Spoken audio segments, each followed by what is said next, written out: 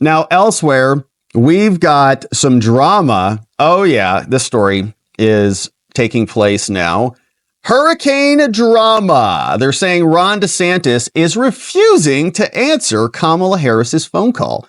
Ron came out, went category 5 on the media and said, this is not true at all. Okay. She didn't call me and she's trying to make this political. Why doesn't she stay out of our affairs? She's done nothing to support us, historically speaking, and he's working with other people who are actually competent to solve this problem. And there's been a back and forth. In fact, Kamala even came out. She's talking garbage about this. And then DeSantis came out and he explained they're making up a bunch of nonsense. And so we'll go through this because the media is having fun with this. You can see Anderson Cooper was talking about it. They're talking about it over on CNN about this phone call. And even Kamala was on with The View today talking about it as well. So everybody's asking, is Ron not answering her phone calls? Okay, here was the report. It said he's refusing to take her phone calls. She called, and the source of all this came from some DeSantis aide, not even named. A source familiar with the situation said that DeSantis was dodging Kamala because they, quote, seemed political, according to a DeSantis aide. Kamala was trying to reach out, and we didn't have an answer, the DeSantis aide told NBC News. DeSantis has been in direct contact with FEMA. At a press conference on Monday, DeSantis denied that he refused to take the call. He said, I didn't know that she had called. I'm not sure who they called. They didn't call me. Their characterization of it was something that they did. It wasn't anything that anybody in my office did in terms of saying it was political. And he says they didn't call his phone. And I saw the clip of him. So they went to career and she brought it up. And so it turned into this big scandal. And even Kamala came out and the media is asking her about this. Oh, why isn't Ron answering your calls? Is this professional? What are you going to do to save Florida? President, Governor DeSantis, NBC is reporting Governor DeSantis is ignoring your calls on hurricanes, resource and help. How does that hurt the situation here? Moments of crisis, if nothing else, should really be the moments that anyone who calls themselves a leader says they're going to put politics aside and put the people first. People are in desperate need of support right now. And playing political games with this moment in these crisis situations, these are the height of emergency situations, is just utterly irresponsible, and it is selfish.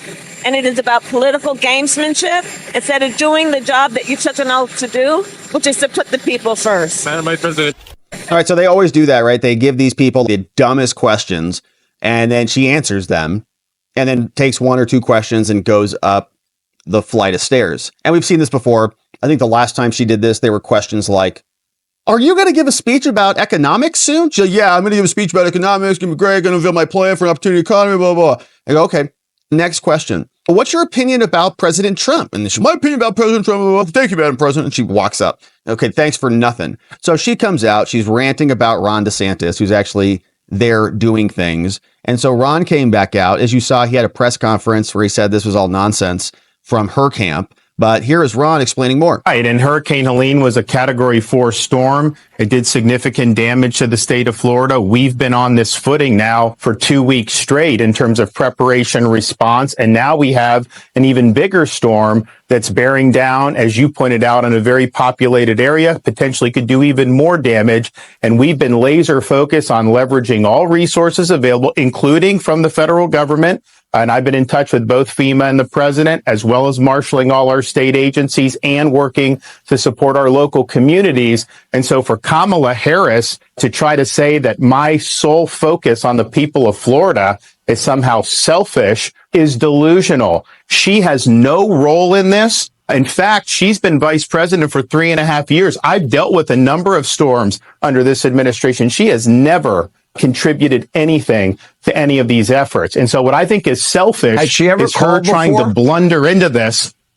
No. And here's the thing. She has no role.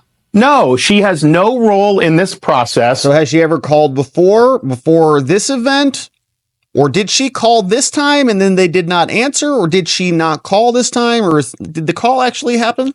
I'm in contact with the president of the United States. I'm in contact with FEMA director. I'm obviously managing all our state agencies. We're supporting all our local government. And I will say this. I've had storms under both President Trump and President Biden, and I've worked well with both of them. She's the first one who's trying to politicize the storm. And she's doing that just because of her campaign. She's trying to get some type of an edge. She knows she's doing poorly, and so she's playing these political games. I don't have time for political games. I've got peoples whose lives are on the line. I've got peoples whose homes and their possessions are on the line, and we are focused 100% on that mission. I'm not worried about playing her political games. And so she is being selfish by trying to blunder into this when we're working just fine. You had properly staged. You are ready for Milton. You have all the utility trucks. You have food. You have water. You have supplies, all staged, all ready to come in right behind the hurricane, as you always do. Governor Kemp, same thing. Governor McMaster, same thing. They have been missing in action. And we'll see. They say it's going to weaken before it hits, but we can't assume that. So this has the potential to be one of the most damaging storms in the history of our country. Yeah, it is not looking good. Everything that is on X, people are looking at the millibars. People are studying. And I was reading about this yesterday right here, this pressure, 897 millibars right there. That is the pressure in the eye of the hurricane, my understanding. And the lower that gets, like if it's under 900, that's whoa, not good. And it's under 900, like 900 to 920 is like category 5, hit the panic button. And if it's under 900, that's not good. And it's under 900. In fact, somebody was saying that there may have been another inner eye wall forming last night, and that it might actually drop that lower than that and increase. When it drops lower, I think it increases the wind speed a bit based on the mechanics of the hurricane. And it's not good. We're keeping our prayers open and alive and active for all of our friends out there. But this scandal continued. So on CNN, Cooper was talking about it, and the White House was pushing back on this. They're saying, I answered the call, or I didn't answer the call, or you didn't even call. What do you make of that sort of playing out? I think everyone's still being afraid of having that Chris Christie hugging Obama moment of embracing different political partisan. But the reality is this, like, I worked for Vice President Pence, and anytime there was a major natural disaster, he would also be calling governors, members of Congress in the areas that were affected. It's not just the president. He's a competent, yes, she's a candidate, more competent but it's also person. An entirely appropriate thing for the Vice President of the United States to be doing. And it's a moment for him to rise to the occasion of leadership and show hurricanes don't choose Republicans or Democrats. This is going to be a whole of government effort. And I would just also note that especially North Carolina, and we don't even know what damage Milton is going to cause, there is going to be years of rebuilding. There's going to need to be congressional supplementals to pay for this.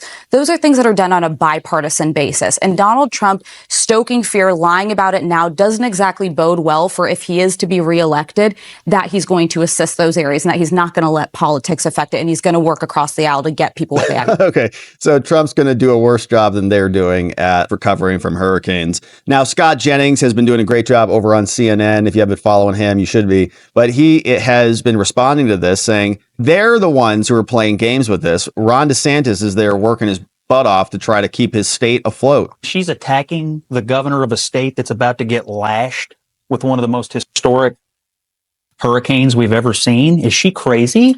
He did not ignore her call. She was talking, just to be clear, she was talking broadly about the politicization of the storms. I think she was talking about Ron DeSantis. He did not ignore her call. And in fact, according to what I've read tonight, he actually spoke to the president of the United States. He did speak with President Biden. And he has said time and again that he and the federal government are working well together. So who here is politicizing this? Yeah, I hate to agree with Scott on anything, but I agree. I agree in this case. I actually agree with you that there's too much disinformation, misinformation, or things that are not factual swirling about the hurricane. I actually think the facts are bad enough. When the storm came ashore, Biden was at the beach and Harris was raising money. And that was on September 26th. On September 27th, we had devastation in North Carolina. It wasn't until October the 2nd that the president mobilized the military. And it wasn't until the 5th that they mobilized 500 search and rescue out of the military. So I think there's two things going on. The immediate impacted people and what they need and what they can get. People need to consult their local officials and governors about that. But there is a conversation to be had here about spending priorities, yes, and also about presidential decision making, which in my opinion, and in the opinion of a lot of Republicans, were really slow. I think if you zoom out on this, what the Kamala campaign is doing is they're trying to pick a fight with Ron DeSantis to distract us from their performance on the hurricane, right? The hurricane is now about DeSantis and DeSantis politicizing the hurricane. It's not about the crap federal government's response to the hurricane. If the hurricane hits, which is going to, and the devastation is going to be big, if everybody is, and if it hits as everybody's anticipating it to hit, then when the federal government is terrible, as they are regularly, they will have set up for us a nice little scapegoat, which will be Ron DeSantis, who Ron politicized this. It's not the federal government who screwed it up. It's Ron for not taking Kamala's fake phone call. And then they'll be able to just use him as the bad guy indefinitely. Now, Mayorkas was out. He's saying everybody should just relax, okay? They just told us they don't have any money, right? He just said we're basically out of money because we gave it all to illegals. But we're fine. Now we're fine. We're there. We're ready. This is from Homeland Security. DHS on X says we can respond to multiple events at the same time. We're totally competent. And everybody should rest confident that FEMA has the resources. We already have 900 personnel deployed, pre-positioned in Florida, people who were responding to Hurricane Helene, people who were responding previously to Hurricanes Idalia and Debbie. We are there. We have search and rescue teams. The Army Corps of Engineers are there. We are ready. We have the personnel. FEMA likes to say it is FEMA flexible. We can respond to multiple events. FEMA flexible. They probably have that on a sign right next to their finger paintings on their refrigerators at DHS headquarters. Now, someone else who's also in Florida, we got a bunch of friends over there. We have Viva, and Viva was there, and he says, hey, just so everybody knows, we're in Palm Beach, so we're south of the main hit point, but Viva is going to be documenting it, so keep your eye over on him. Going to make the best of the situation. He posted this 16 hours ago, all right? He says the roads are flooding, and the hurricane hasn't even started yet. This is West Palm Beach in Florida right now from our friend Viva. Make sure you're following him. He'll have some good updates on this as well.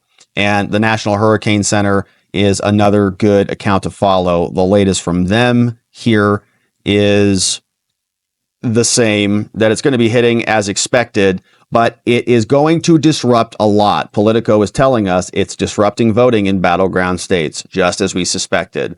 The Category 4 hurricane that already ripped through the seaboard is scrambling preparations. We've been covering this at length on the show. The swing states of Georgia and North Carolina are among the most heavily impacted. Now election officials are trying to figure out what to do. Officials in North Carolina and Georgia, we read through yesterday some of the election changes that have already happened in North Carolina. We read through the new resolution that was going to basically open up the affected counties to help from the rest of the state. So other counties could come in and support them. Counties affected by the storm surge are now revisiting some of the most basic elements of their election planning. The executive director of the state election director says it's brutal. And the hurricane is certainly not what we needed, but we're going to make it work. Yep, North Carolina, like nothing we've seen in our lifetime. What, roughly 1/5 of North Carolina voters live in areas battered by this. And so this level of uncertainty this close to election day is daunting, which is why we've been spotlighting this story and these stories, because every time there's a crisis or an emergency, the Democrats come in, they never let a crisis go to waste. That's their language, not ours. So we just take them at their words, and we've seen it happen before. So even Politico is saying this is something to keep our eyes on, and we've got another one coming in Florida. So we will do that. We'll keep our eye on it.